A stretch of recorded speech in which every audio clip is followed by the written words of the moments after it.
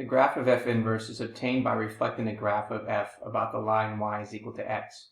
So y equals x actually cuts f inverse in the function f in half. Now, example 5, it says sketching a function and its inverse. We want to sketch the graphs of f of x is equal to the square root of negative 1 minus x and its inverse function using the same coordinate axis. So the first thing we need to do is solve for the inverse.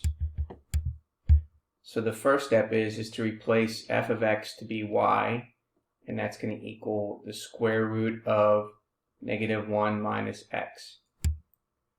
Step number 2, we're going to replace x and y. So x is going to equal the square root of negative 1 minus y. And then step 3, we're going to solve for y. So again, for my preference, I'm just going to write the square root of negative 1 minus y on the left side, and then x on the right side. And now we're going to solve for y. So we're going to have to square both sides to get rid of the radical. So we have negative 1 minus y, which is equal to x squared.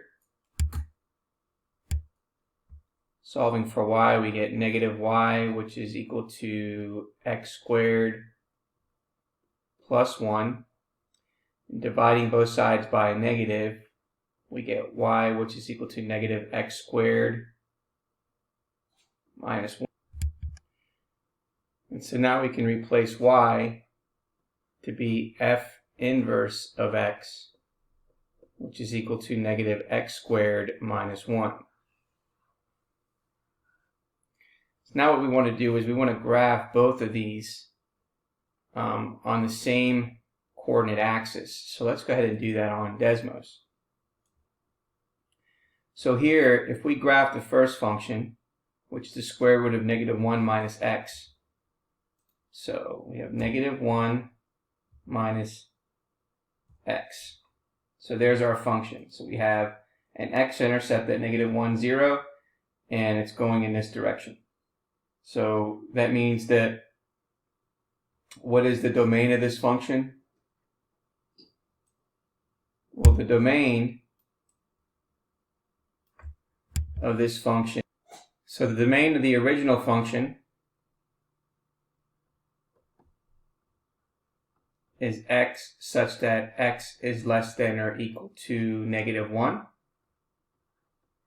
or parentheses negative infinity to negative 1 with a bracket. And the range of this function, if we take a look at the graph, goes from 0 all the way to infinity. So the range is that y is greater than or equal to 0. Or we have bracket 0 all the way to positive infinity. Now recall that the inverse, the inverse has to have, the domain now becomes the range.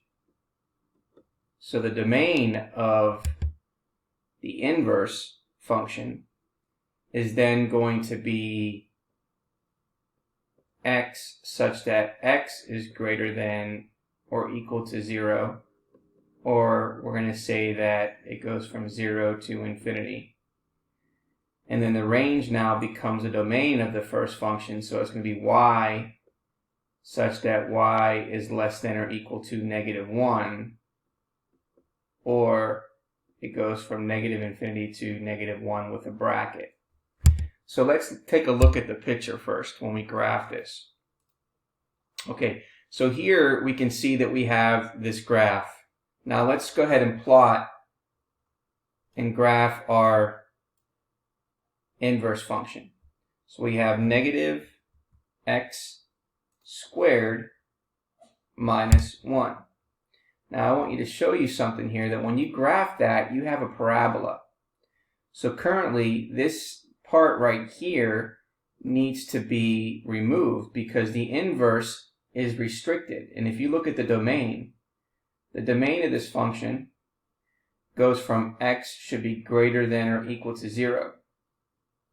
And so what we need to do is we need to come in here and put the restriction. In order to do that, you're going to put in braces. So from your keyboard, you can put the braces and then putting x, and then down here, you're going to put greater than or equal to, and then 0 with the braces. And now you can see that this shows the graph of the inverse of the first function. So now by putting in that restriction, you can see what's happening there. So this has an x-intercept of -1, 0, which is our original.